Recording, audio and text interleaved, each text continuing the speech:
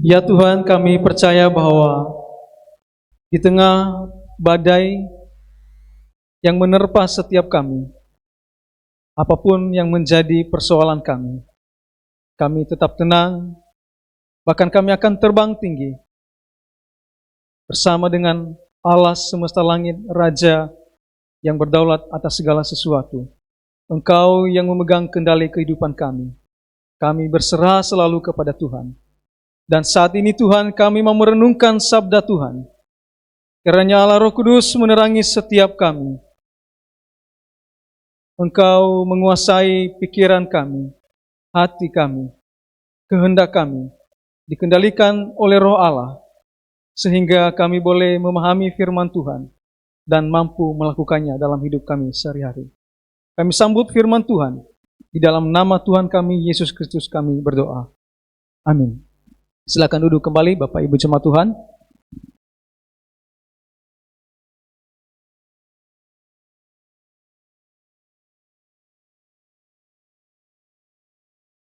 Shalom. Selamat pagi Bapak Ibu jemaat Tuhan yang dikasihi oleh Tuhan. Kita bersyukur sepanjang minggu telah berlalu, Tuhan telah menyertai kita, memberi kita kekuatan yang baru, dan kita boleh datang berhimpun dalam persekutuan yang kudus pada pagi hari ini. Bapak Ibu saudara yang dikasihi dalam Tuhan, tema tahunan yang diberikan untuk kita untuk tahun ini dalam buletin ada doa membawa kemenangan. Itu menunjukkan bahwa doa punya pengaruh yang sangat besar dan penting dalam kehidupan kita. Mengatakan doa membawa kemenangan tentu tidak berarti bahwa doa itu seperti mantra.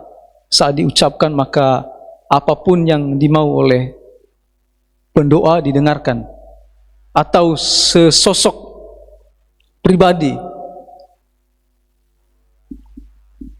Doa adalah komunikasi dan konteksnya kepada Tuhan. Komunikasi kepada Tuhan. Ini selalu kita ingat.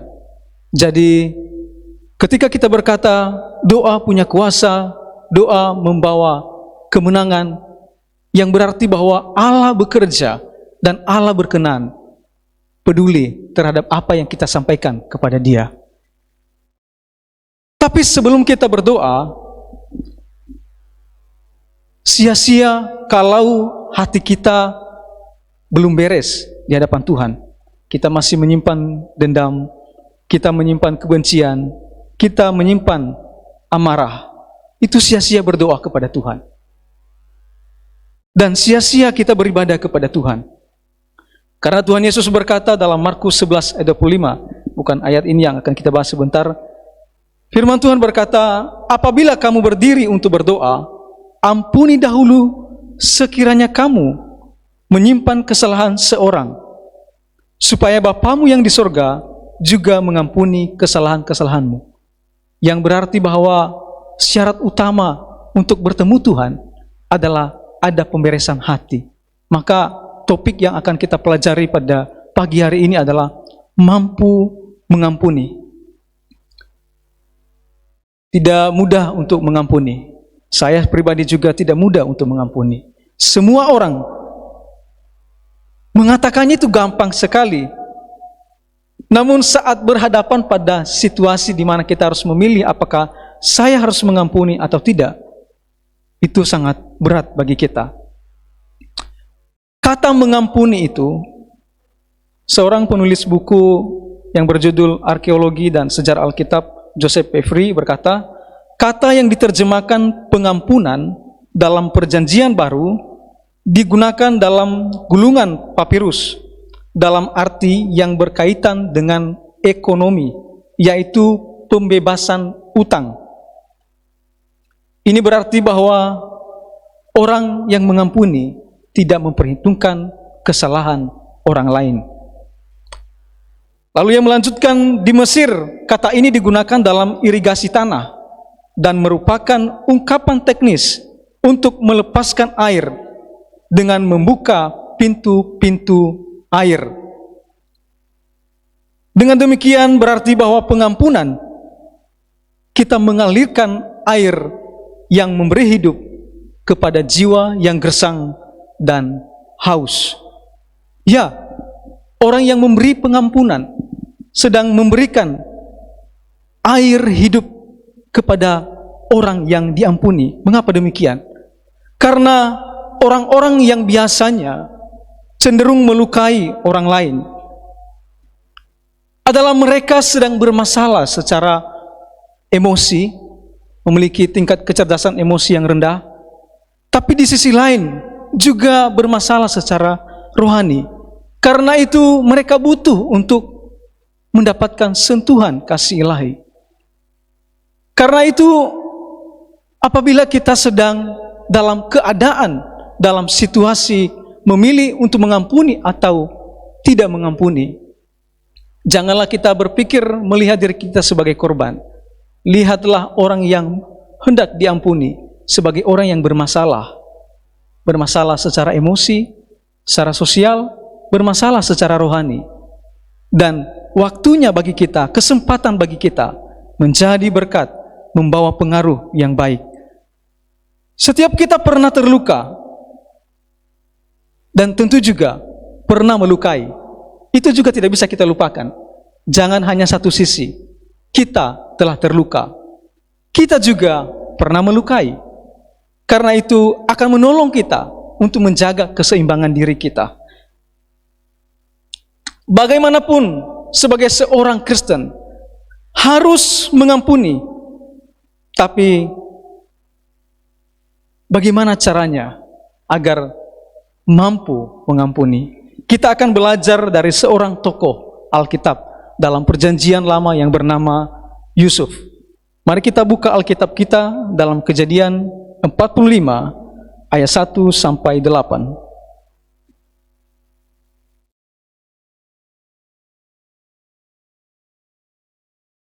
Kejadian 45 ayat 1 sampai 8.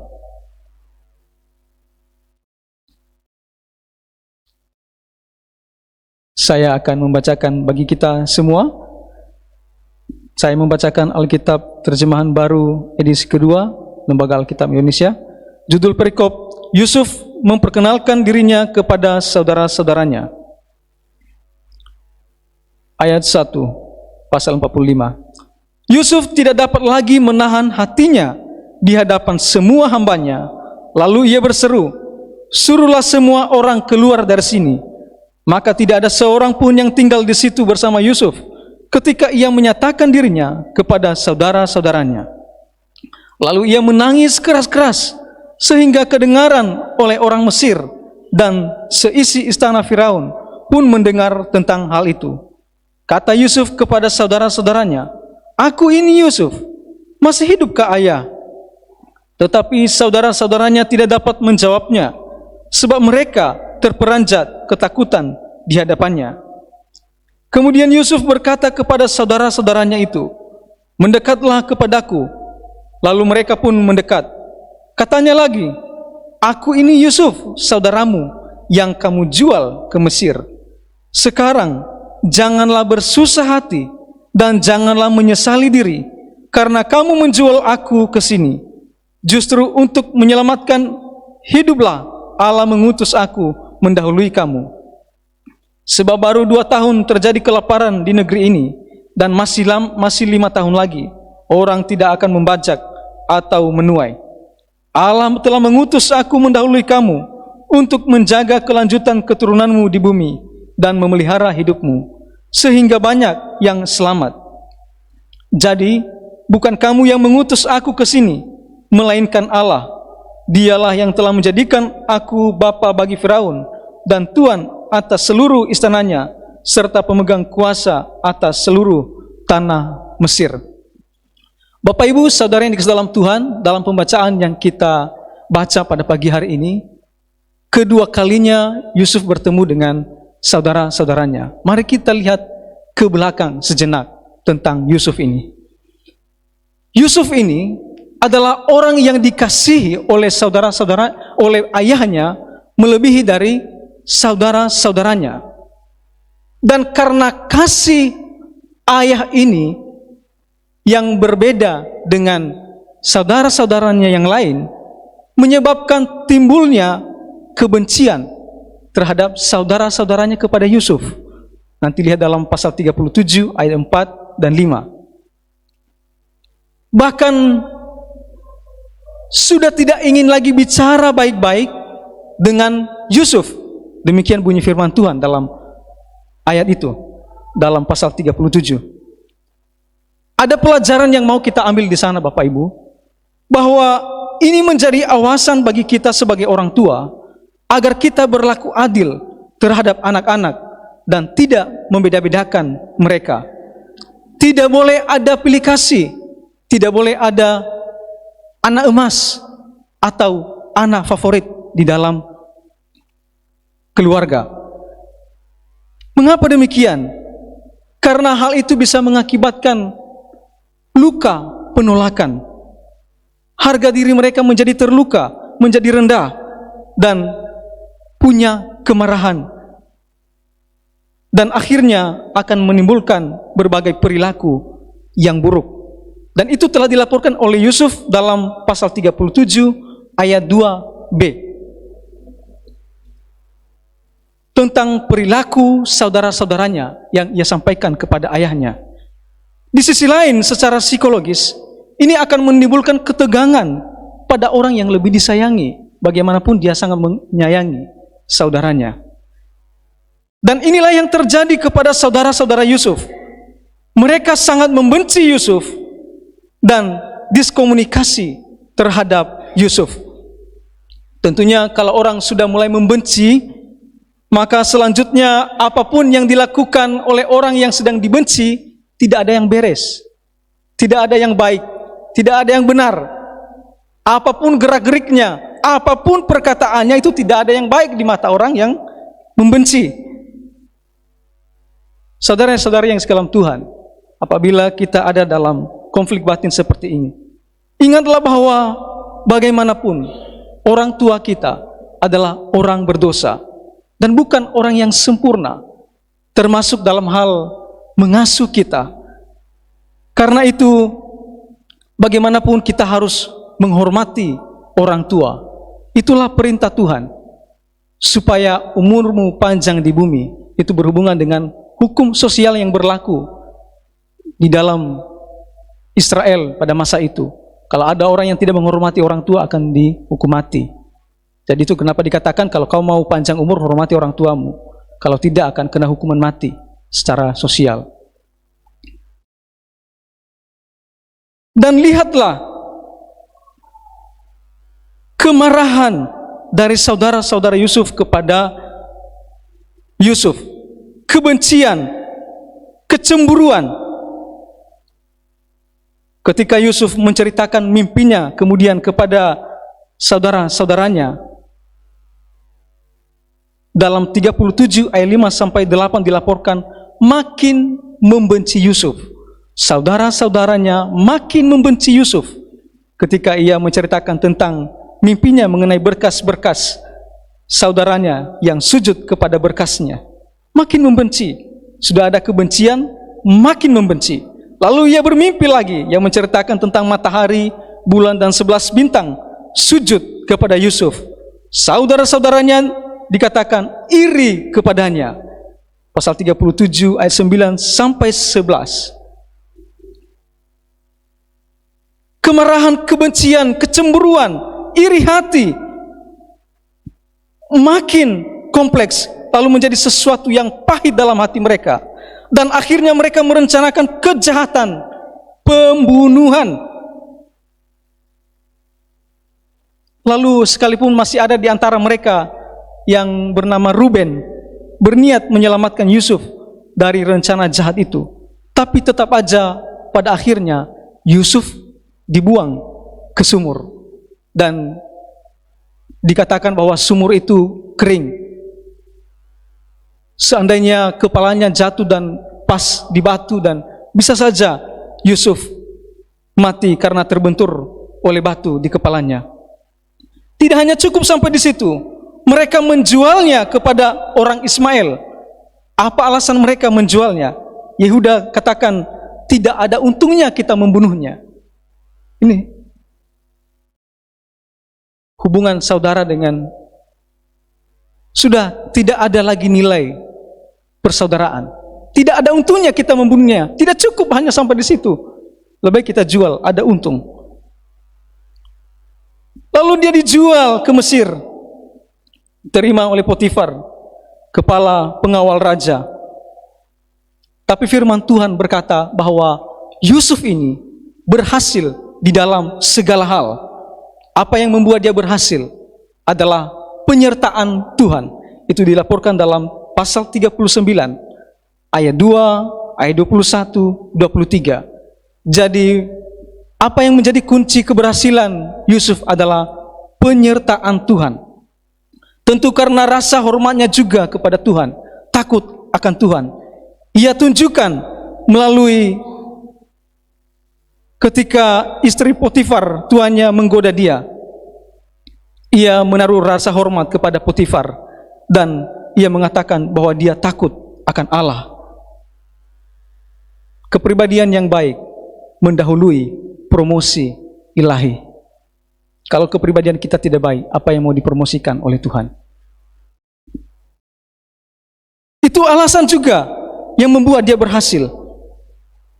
Lalu kemudian akibat kasus dia difitnah oleh istri Potifar, ia harus masuk dalam penjara. Dan kemudian ia dilupakan oleh seorang juru minum yang sudah ditafsirkan mimpinya. 2 tahun telah berlalu, ia telah menafsirkan mimpi orang itu. Dilupakan kebaikannya oleh yang telah menerima tafsiran mimpi itu. 2 tahun. Ini juga menunjukkan bahwa kepada kita, saat kebaikan kita mungkin tidak terbalaskan, ingatlah bahwa Allah selalu punya cara membalas kepada kita. Yang kemudian Firaun bermimpi dan gelisah karena mimpinya itu. Dan saatnya Yusuf memegang kuasa di Mesir. Dan kemudian ia bertemu dengan saudara-saudaranya. Apa yang dilakukan Yusuf? Ia dapat saja melihat peristiwa-peristiwa yang begitu menyakitkan. Ini hanya diberikan gambaran besar kepada kita oleh Alkitab. Berbagai peristiwa yang dialami oleh Yusuf. Dan ketika ketemu dengan saudara-saudaranya, bagaimana tanggapan Yusuf? Ia mampu mengampuni saudara-saudaranya. Alasannya karena yang pertama, ia memiliki kerendahan hati. Yusuf sekalipun dalam keadaan berjaya, ia memiliki kerendahan hati. Ia tidak berkata dalam hatinya, ini waktunya untuk balas dendam kepada mereka. Dalam pembacaan yang kita baca, kita tidak menemukan reaksi Yusuf ingin menunjukkan kekuatan, kehebatannya atas saudara-saudaranya. Pertama kali bertemu, memang Simeon ditahan, lalu disuruh pergi, dan kemudian dia minta supaya adiknya yang seibu dengan dia untuk dibawa. Kedua kalinya dia hendak menahan Benyamin. Yang saya maksud adalah Benyamin sebagai saudara dari yang seibu dengan dia. Lalu ketika ia menahan Benyamin, mulailah Yehuda berkata, jangan, nanti ayah kami mati dalam keadaan berduka. Biarlah saya menjadi budakmu, menggantikan dia. Lalu Yusuf tidak dapat menahan hatinya, tapi bukan untuk balas dendam. Perhatikan dalam ayat 1. Yusuf tidak dapat lagi menahan hatinya di hadapan semua hambanya. Lalu ia berseru, suruhlah semua orang keluar dari sini. Maka tidak ada seorang pun yang tinggal di situ bersama Yusuf ketika ia menyatakan dirinya kepada saudara-saudaranya. Lalu ia menangis keras-keras sehingga kedengaran oleh orang Mesir. Tangisannya sampai kedengaran kepada orang Mesir.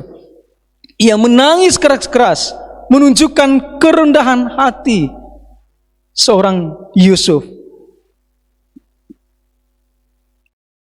Perhatikan reaksi saudara-saudaranya.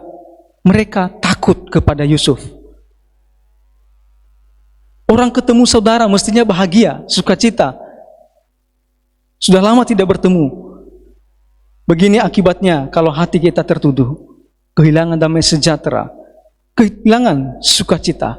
Tidak ada untungnya kalau kita berbuat jahat kepada orang, yang pada akhirnya akan merugikan diri kita sendiri.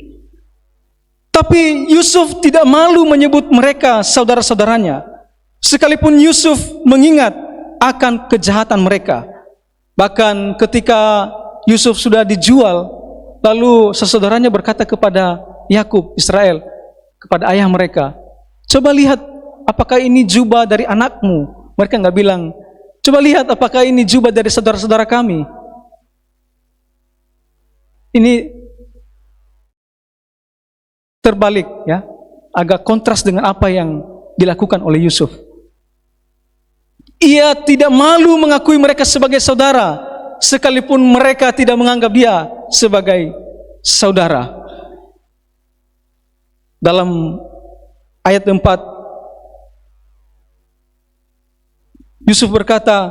kemudian Yusuf berkata kepada saudara-saudaranya, mendekatlah kepadaku. Lalu mereka pun mendekat.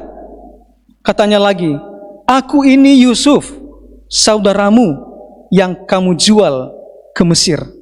Aku ini Yusuf, saudaramu. Bukan dia katakan, aku ini Yusuf, penguasa saat ini di Mesir, yang kamu jual ke Mesir. Mengampuni itu tidak berarti bahwa kita lumpuh ingatan, seperti pujian lagu itu, lumpuhkanlah ingatanku, melupakan, tidak. Tapi tidak memperhitungkan pelanggaran orang lain sekalipun kita mengingatnya. Bukan untuk melakukan pembalasan. Tidak usah berdoa, puasa, Tuhan cabut ingatanku tentang dia. Nggak bisa. Nanti betul-betul hilang dan tidak bisa ingat lagi alamat rumah. Kemana-kemana akan kucari. Aku ini Yusuf, saudaramu yang kamu jual ke Mesir. Ia mestinya dihibur, namun justru dia yang menghibur hati saudara-saudaranya itu. Perhatikan ayat 5. Sekarang janganlah bersusah hati dan janganlah menyesali diri karena kamu menjual aku ke sini. Justru untuk menyelamatkan hiduplah Allah mengutus aku mendahului kamu. Semestinya mereka datang kepadanya minta maaf, ampuni kesalahan kami. Tapi karena reaksi takut kepada seorang penguasa di Mesir, bisa saja membunuh mereka atau menyiksa mereka karena dendamnya. Mestinya dia dihibur, tapi dia malah menghibur saudara-saudaranya itu. Terbalik. Ia berkata, janganlah bersusah hati dan janganlah menyesali diri. Tampak kerendahan hati seorang Yusuf. Seorang yang rendah hati. Baginya Tuhan adalah segalanya. Dan dirinya itu bukan apa-apa. Lalu kemudian tahap kedua, di hadapan sesamanya, ia bersikap orang lain lebih utama daripada dirinya. Pertama dia melihat kepada Tuhan dulu. Ini tidak boleh dibalik. Baru kemudian dia melihat kepada sesamanya. Di hadapan Tuhan dia berkata, Tuhan adalah segalanya, aku bukan apa-apa. Lalu di hadapan sesamanya ia berkata, dia orang lain lebih utama daripada saya. Itu juga yang dikatakan dalam Filipi pasal 2 ayat 3, untuk merendahkan hati antara satu dengan yang lain, menganggap orang lain lebih utama daripada yang lain. Ia memiliki kerendahan hati dan ia menunjukkan itu ketika ia tergoda oleh istri Potifar. Ia takut akan Tuhan.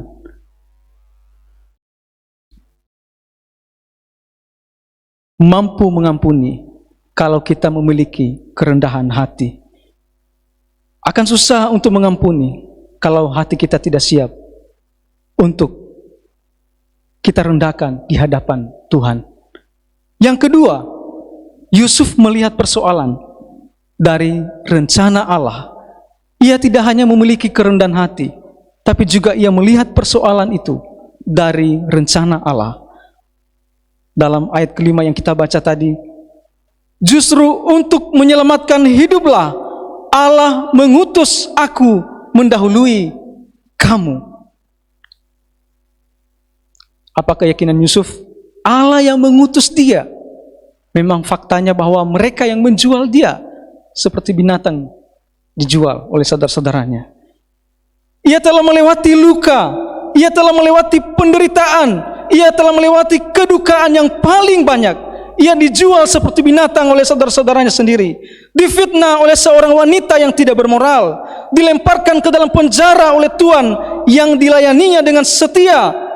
Ia tidak mau menyentuh istri tuannya, dilupakan oleh seorang yang ia kira adalah sahabatnya, di penjara. 2 tahun setelah itu baru kebaikannya terbalaskan. Mereka yang tidak pernah disangka Yusuf akan membahayakan dirinya. Luka pengkhianatan saudara, Potifar juru minum. Penderitaan seperti ini akan menghasilkan amarah yang memburuk, kepahitan yang dalam, dan rasa haus untuk balas dendam.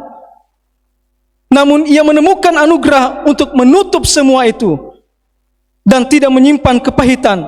Tidak ada sesuatu pun yang terjadi kalau bukan atas rencana Allah. Itu yang dipercayai oleh Yusuf. Ia melihat persoalan dari rencana Allah, dan ia mampu mengampuni saudara-saudaranya. Jika kita tidak melihat pada rencana dan tujuan Allah dalam berbagai peristiwa dalam hidup kita, kita akan mudah kecewa, kita akan marah, dan kita sendiri yang rugi.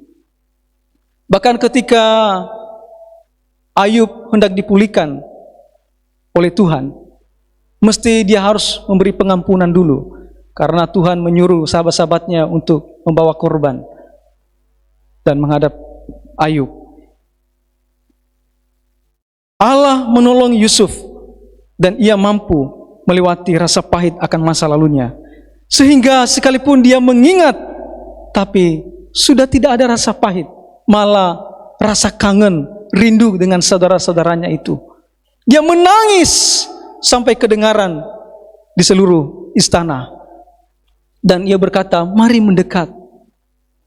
Ia tidak menunjukkan kearoganan setelah dia sudah memiliki jabatan yang tinggi.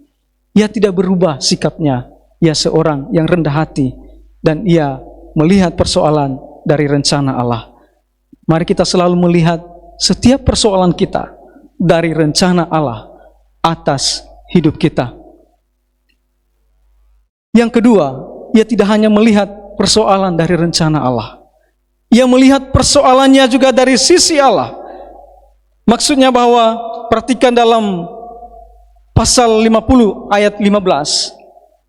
Saya bacakan, ketika saudara-saudara Yusuf melihat bahwa ayah mereka telah mati, berkatalah mereka, boleh jadi Yusuf akan mendendam kita dan membalaskan sepenuhnya kepada kita segala kejahatan yang telah kita lakukan kepadanya. Melihat persoalan dari sisi Allah. Tapi perhatikan bahwa Yusuf sudah menerima mereka. Dan kemudian ayah mereka telah mati. Mereka masih berprasangka hal yang buruk kepada Yusuf. Setelah ayah kita sudah mati, jangan-jangan waktunya bagi Yusuf untuk membalaskan dendamnya. Jangan sampai selama ini dia masih menahan diri untuk membalaskan murkanya, karena masih ada ayah kita yang ia sayangi. Ia mungkin barangkali takut kepada ayah atau segan karena kasihnya kepada ayah. Tapi sekarang ayah sudah tidak ada, ia bisa saja membalaskan dendamnya. Yusuf sudah menunjukkan perbuatan yang baik, tapi masih disangkakan hal yang buruk oleh saudara-saudaranya. Apa yang kita dapat di sana?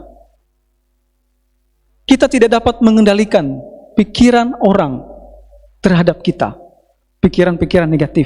Yang perlu kita lakukan adalah mengendalikan pikiran kita, tanggapan kita terhadap situasi. Jangan kita menghabiskan pikiran, melelahkan emosi kita hanya untuk memikirkan apa penilaian orang terhadap saya. Jangan-jangan kalau yang baik saja ditanggapi secara buruk, apalagi kelakuan tindakan-tindakan yang buruk, lebih buruk lagi penilaian orang. Jadi kita tidak dapat mengendalikan pikiran orang-orang terhadap kita. Kita perlu mengendalikan diri kita, pikiran kita, melihat setiap persoalan dari sisi Allah. Apa tanggapan Yusuf ketika saudara-saudaranya beranggapan seperti itu? Dalam ayat 20 pasal 50. Memang kamu telah mereka-rekakan yang jahat terhadap aku. Yusuf bukan tidak tahu. Yusuf dengan jelas merekamnya dalam ingatannya. Memang kamu telah mereka-rekakan yang jahat terhadap aku. Ia tidak menganggap perbuatan saudaranya hal yang baik, sekalipun di sisi lain ia mengakui itu ada dalam rencana Allah. Tetapi Allah telah mereka-rekakannya untuk kebaikan dengan maksud melakukan seperti yang terjadi sekarang ini, yakni memelihara hidup suatu bangsa yang besar.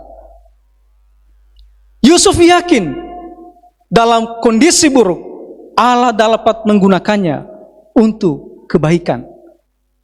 Tidak ada suatu kondisi yang dimana Allah tidak dapat menggunakannya untuk kebaikan kita.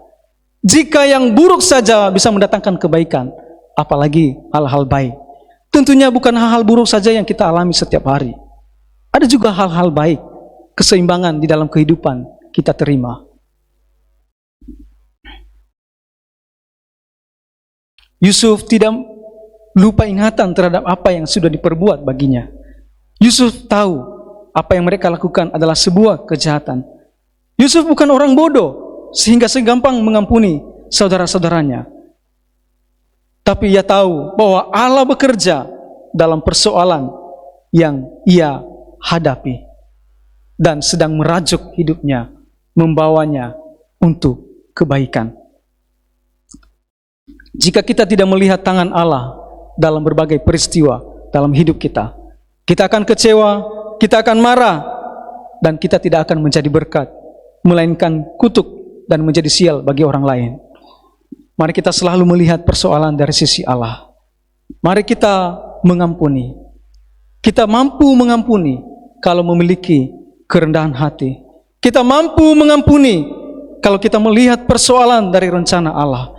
Kita mampu mengampuni kalau kita melihat persoalan dari sisi Allah yang sedang merajuk kehidupan kita. Mari kita berdoa.